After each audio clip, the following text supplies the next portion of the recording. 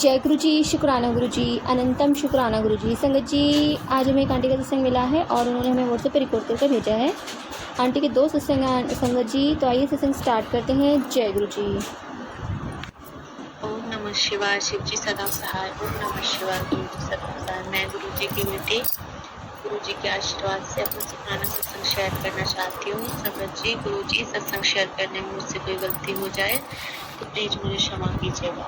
गुरु जी की काफी टाइम से मैसेज आ रहे थे टेलीपैथी के जरिए, और सत्संग में भी टाइटल यही आ रहे थे कि अपने बेटे पे ध्यान दे, तेरे बेटे पे कष्ट है, और बहुत सारे बेटे से रिलेटेड सत्संग आ रहे थे। तो मैं यही सोचती थी कि मेरे तो कोई बेटा ही नहीं है, बस 2 बेटियां हैं, तो शायद ये सत्संग किसी और के लिए होगा। लेकिन मैं अपने भाई को भी अपनी बेटी की तरह ही मानती हूँ। तो गांव में किसी से उसका झगड़ा हुआ था, फिर वो झगड़ा इतना बढ़ गया कि पूरे फैमिली में वो झगड़ा इतना बढ़ गया कि घर वालों तक ये बात पहुंची और गांव में बहुत ज़्यादा लड़ाई हो गई।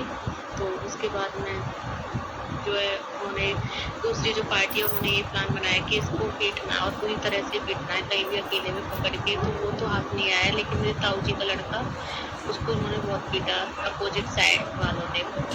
उसके बाद केस वगैरह फाइल हुए जिसमें उनके ऊपर कई धाराएं लगी जो दूसरी पार्टी वाले थे, क्योंकि गलती उनकी ही थी।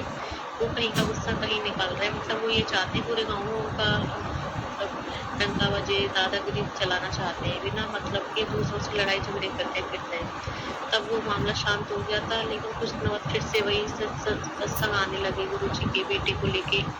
तो फिर दोबारा से फिर से वही लड़ाई झगड़े हुए।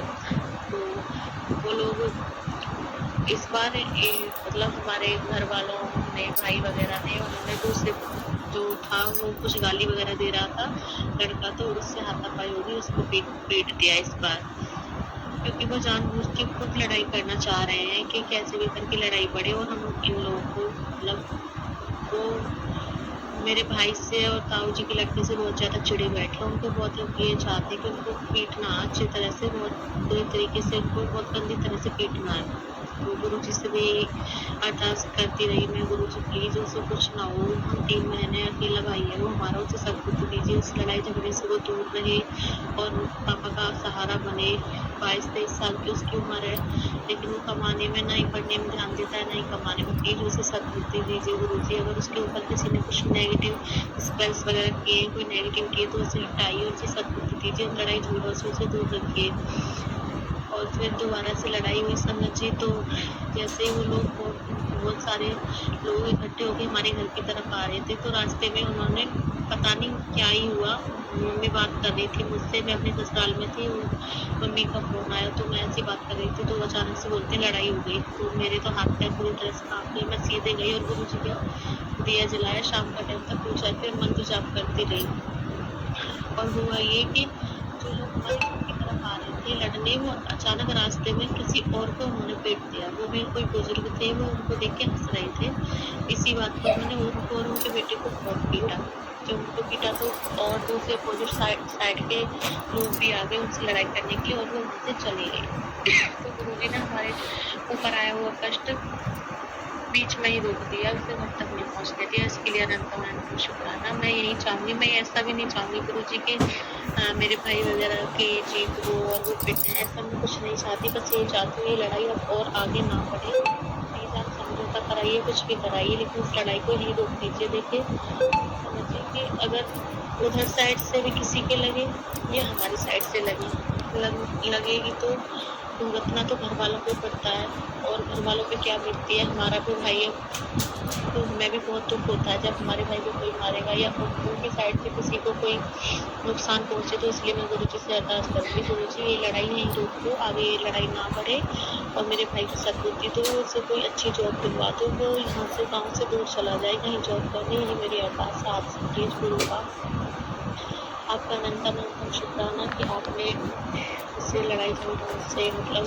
उसके ऊपर आए हुए संकट को टाला, मम्मी पापा को हेल्पलेस की, भाई बहन को हेल्पलेस की। प्लीज़ आप रक्षा करते हो, आगे भी ऐसे हमारे साथ रहेगा गुरु जी। जाने जाने कोई गलती हो जाती है उसके लिए हमें क्षमा कीजिएगा। जय गुरु। ओम नमः शिवाय। शिव जी सदा सहाय। ओम नमः शिवाय। गुरु सदा सहाय। जय गुरु। नमः शिवाय। गुरु जी सदा साथ। जय गुरु जी। संगत जी, मैं गुरु जी की बेटी गुरु जी के आशीर्वाद से अपना शुक्राना सत्संग शेयर करना चाहूँगी। गुरु जी के 2-3 बार मैसेज फ्लैश हुए कि जो तूने पहना हुआ है उसे उतार के फेंक, नहीं तो बड़ी मुसीबत हो जाएगी। फिर से दोबारा एक सत्संग आया जिसमें एक आंटी जी बता रही थी कि उन्होंने एक रिंग वगैरह डाली हुई थी स्टोन की, जिससे उनको नेगेटिव इफेक्ट पड़ रहे थे उनकी लाइफ में। मैं भी अपने हस्बैंड के साथ 2-3 महीने पहले करीब एक पास के गांव के मेले में गई थी, तो उन्होंने मुझे वहाँ से एक रिंग दिलाई थी। उसमें रेड कलर का स्टोन लगा हुआ था। वो कोई ज़्यादा महंगी रिंग नहीं थी, कोई 20-30 रुपए की वो रिंग थी। तो मैंने वो पहनी हुई थी और हमारे बीच में इतनी बुरी लड़ाई हो रही थी। लड़ाई तो काफ़ी टाइम से चल रही थी, लेकिन उसका शायद इफेक्ट इस तरह से बढ़ रहा था कि मुझे गुस्सा बहुत ज़्यादा आ रहा था। इतना इरिटेशन, चिड़चिड़ापन और हर चीज़ में गलत नेगेटिविटी इतनी बढ़ी हुई थी। कोई चीज़ गलत सोचने की मेरे दिमाग ही काम नहीं कर रहा था। जो भी चीज़ सोच रही हूँ, कुछ भी दिख रहा है, बस उसमें नेगेटिविटी दिखाई दे रहा है, पॉजिटिव कुछ नहीं दिखाई दे रहा।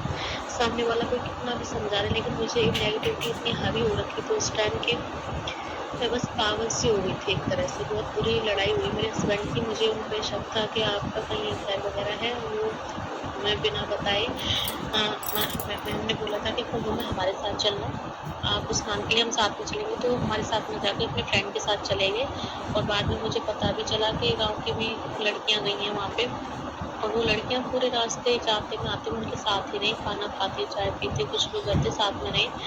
तो इस वजह से मेरा उनका बहुत झगड़ा हुआ। मैंने सीधे बोल दिया था आपका अफेयर है उनके साथ, और ये इस बात को मानने को तैयार नहीं। तो उसके बाद में झगड़ा इतना बढ़ गया कि घर वालों को भी बताना पड़ गया।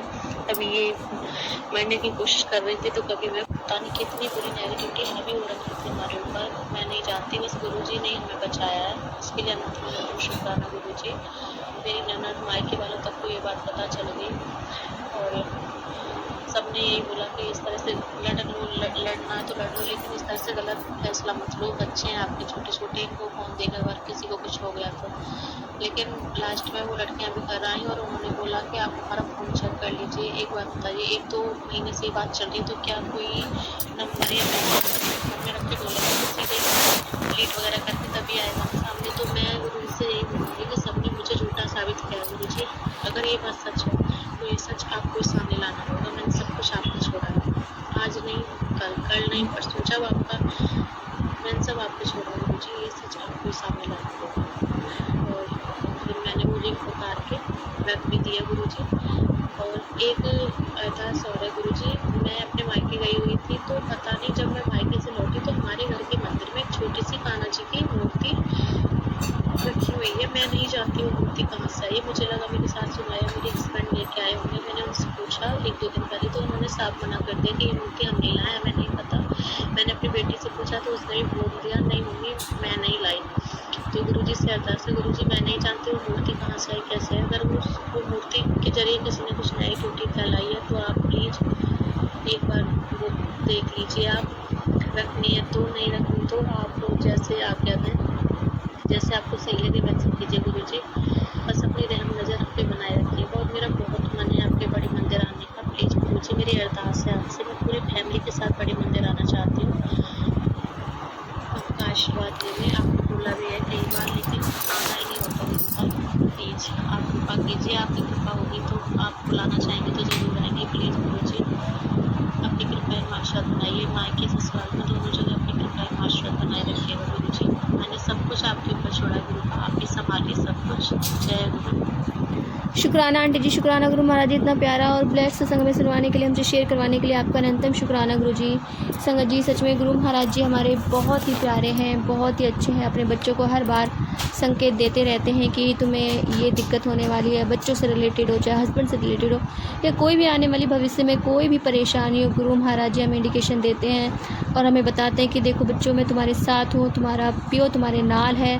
अपनी बेटे को कभी अकेला नहीं छोड़ते गुरु महाराज जी। तो गुरु महाराज जी से हमेशा अरदास करिए, उन्हें अपना बनाइए, खुद उनके रंग में रंग जाइए। तो देखिए गुरु महाराज जी कैसे आपकी हर मनोकामना को पूर्ण करते हैं।